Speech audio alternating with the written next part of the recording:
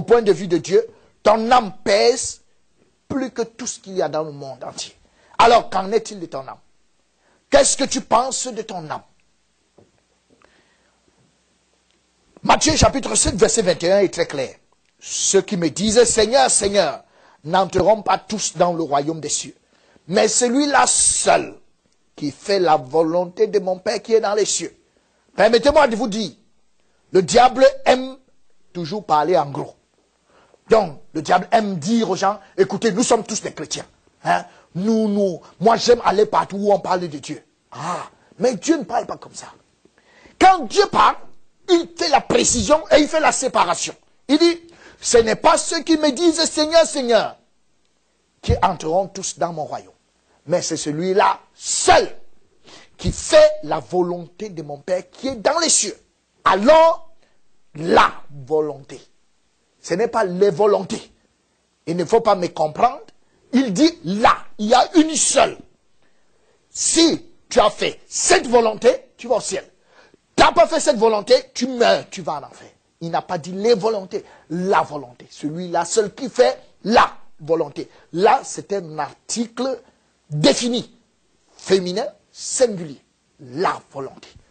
Alors, est-ce que tu as fait ou bien tu fais la volonté du Père? Pourquoi? Il dit ceci. Quand nous regardons dans le monde, nous voyons sur 7 milliards d'habitants, nous avons ceux qui sont dans les 100 religions, et ceux qui sont dans les autres religions, ceux qui sont dans le bouddhisme, l'hindouisme, l'islam, et ils ne disent pas Seigneur, Seigneur. Ça fait au moins 5 milliards. Ceux-là ne sont déjà pas comptés dans la parole de Matthieu chapitre 7, 21.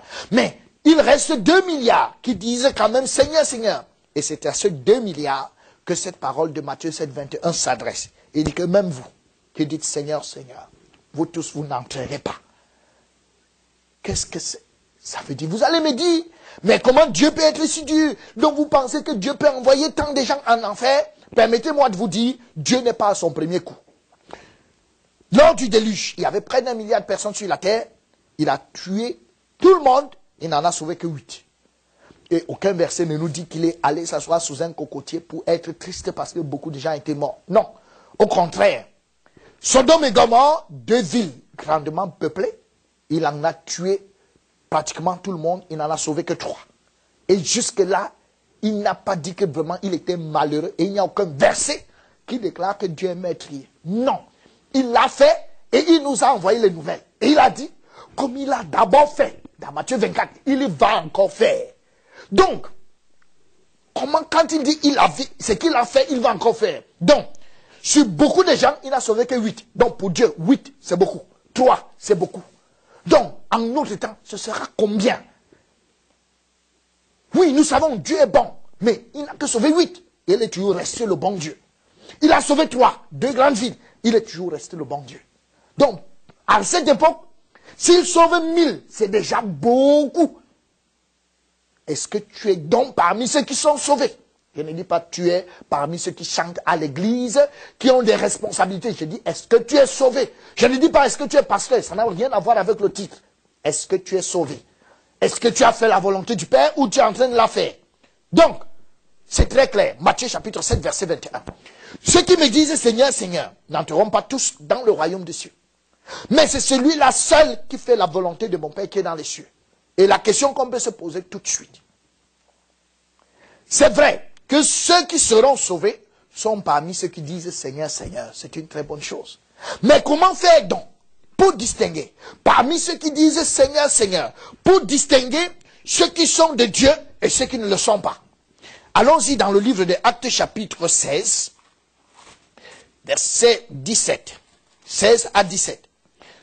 La Bible dit, comme nous allions au lieu de prière, une servante qui avait un esprit de python et qui, en devinant, procurait un grand profit à ses maîtres, vint au-devant de nous et s'est mis à nous suivre. Paul et nous, elle criait, ces hommes sont les serviteurs du Dieu très haut et ils vous annoncent la voie du salut. Ces hommes sont les serviteurs du Dieu très haut. A dit cette femme. Alors, vous convenez avec moi. A-t-elle dit vrai ou faux? Non, en accord avec la Bible, elle a dit vrai. Donc ce qu'elle a dit est vrai. Mais le problème, avec quel esprit?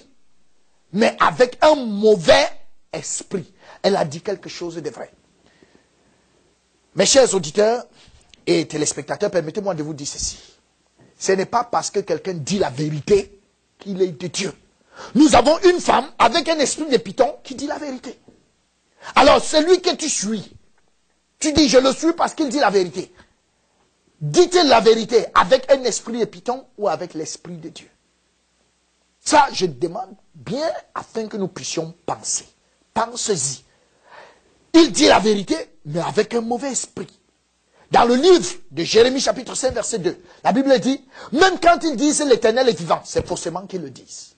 Donc on peut dire des choses vraies, mais avec un mauvais esprit.